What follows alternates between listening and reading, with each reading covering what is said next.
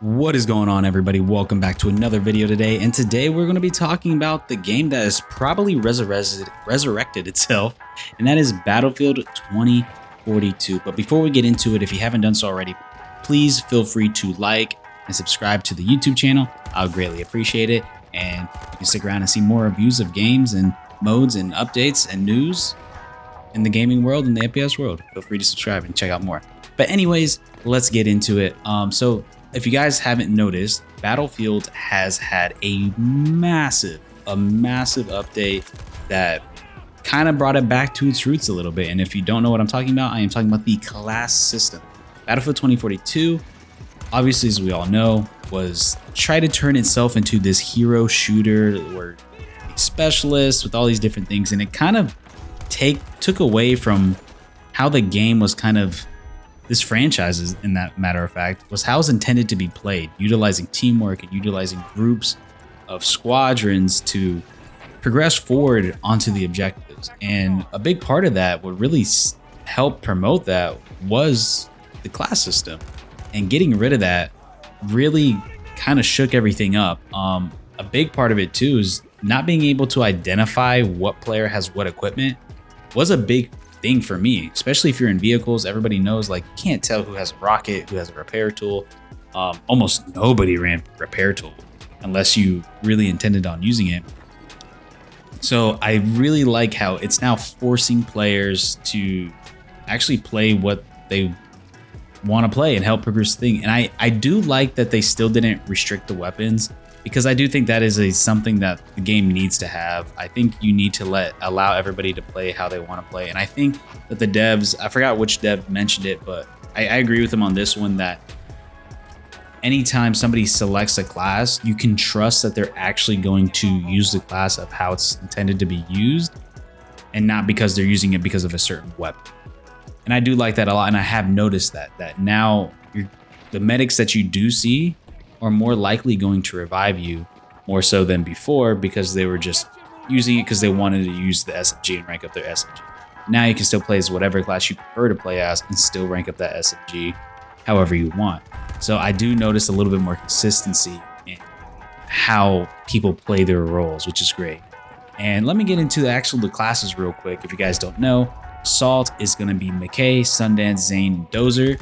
And each class actually gets a weapon proficiency to kind of help promote that traditional weapon selection that class normally has.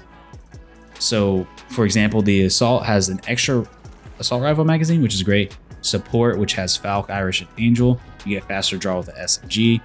Engineer, you have Boris, Liz, and Mike, which you get increased accuracy with LMGs when crouched and prone. And then Recon, probably the coolest weapon proficiency, and I'm so glad this is added, is all-time steady scope. There's no more scope sway with snipers when you use Recon, which is awesome. I love that update. That is perfect. I really love how they changed the weapon proficiencies to, they're actually really good. There's not a single weapon or class proficiency that I thought was actually bad. They all fit perfectly well, and they all help meld the game to where nothing's super overpowered. And honestly, if you decide not to use that, you're not getting really penalized as much of this. If I used an assault rifle on support, I don't really notice a difference too much, but obviously it all really depends onto the map that you're playing, because sometimes, you would notice in old Battlefields, if you're on these big maps, these long lines of sight, but you wanted to run medic, it just really sucks, because now you're forced to use this SMG that you can only use in close range, that you can no longer really be I guess viable for the team, because you're stuck having to use that weapon that just wasn't built for that map. So yeah. And then just so you guys know, I haven't been back to this game probably since Season 3 first launched. I played the new map a couple times, and that was pretty much it. So I haven't played it in a couple months. And honestly, even before that, I played a little bit of Season 2 just to get into the map a little bit. But now I can see myself actually staying long term now, because I saw where the game was going. It was starting to go head into a right direction, but I felt like the updates weren't really providing a lot of content in terms of weapons and maps and characters and customization. So I wanted to kind of let things build, and now I feel like it is just the perfect time to hop in because now I have this plethora of portal weapons that I can unlock. Even though I would have liked to see more new weapons, it's kind of sad that we still only get like really one new weapon every season, maybe two, and they're trying to like add in these portal weapons to make up for that fact. Kind of sucks, but I would like to see new ones, but it is still cool that we're getting new weapons nonetheless, and I like some of the weapons that are being back. I mean, a lot of these BF3 weapons bring back so much memories for me because Battlefield 3 is my favorite Battlefield of all time, one of my favorite games ever. So it's really cool to kind of see those guns back. Right now, I'm in the progress of unlocking the MTAR, so it's really great. Another big thing that I noticed as soon as I logged in was the performance. Specifically for me, I don't know if anybody else noticed this, but the performance is drastically better.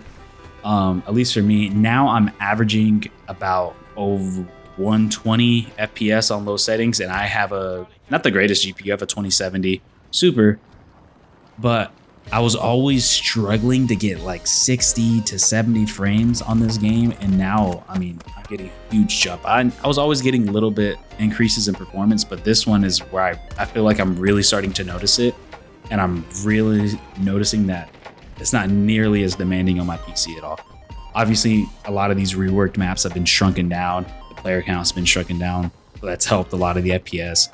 But I'm sure too, a lot of the background stuff, they've really helped optimize the game, so it's running a lot more smoother. Now let's talk about the actual map that came alongside this update, which, as you guys can see that I'm playing right now, is the Breakaway rework. This rework, probably my favorite. My favorite rework that's been done. Another one that's up there for me is Orbital. Orbital's a really solid one that I like a lot. Kaleidoscope's not bad either, but honestly, the Breakaway rework was very much needed. This is essentially an entirely brand new map. The only thing that doesn't really seem to be changed too much is that warehouse section. But even then, if you guys played Breakthrough, that D2, that's all like completely new. Bringing in the oil rig, oh, chef's kiss. It is perfect. Like, being able to not have to run like 5 miles just to get onto an oil rig and then just to dive from a sniper and then have to do it all over again. It is so much better. The map flows 10 times better. I love it. It's probably one of the best maps in the game for me personally. I do love Spearhead and Stranded, but this one is definitely a top 3 map for me so far. I really enjoy. I know I might be alone on this, but I really enjoy how this map flows. I think it's great, and it fits any playstyle too. Honestly, like if you can pull out shotguns in the oil rig, you can use assault rifles in those first couple sectors. You can use SMGs in that final sector within the warehouses. Like, there's so many different varieties of playstyles that this map fits, and I think it's great. So kind of let's end it off on the age-old question, like, should you come back to this game if you left it behind? I say yes. I think this game is definitely worth coming back to. I'm coming back to it myself. I put in over 150 hours before the first season, and then after that I really kind of like died off, which I was like, once I found out season 1 was coming out, I'm like, I'm gonna play it here and there, but I really want to kind of let things build because I put in so much time in the beginning that I just, yeah, you're dropping one map, but I still played the other 7 a bunch of times. So I really wanted to like kind of feel like I'm getting this expansion pack in a way. So if you guys have been putting it off and you haven't played so already, especially if you have Game Pass, this game is on EA Play, and if you guys don't know, EA Play is included with Game Pass, so feel free to try this game out. There's some good times. It's honestly the most fun I've had playing Battlefield 2042 probably ever. The balancing is really great. Right now I've pretty much been maining assault. I love the ability of the med pens, how much faster it is, and then if you have a med kit, you can refill it again. It's perfect, man.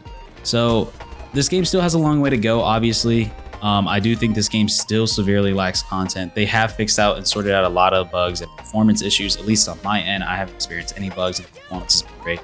But the game still lacks content, just like any other games that's out in the market right now. You still don't have that many maps. You still don't have that many new and innovative weapons. Hopefully, time will tell with Season 4. Probably only going to drop one more map and probably drop that Hourglass rework, which I'm really curious to see how they do with that.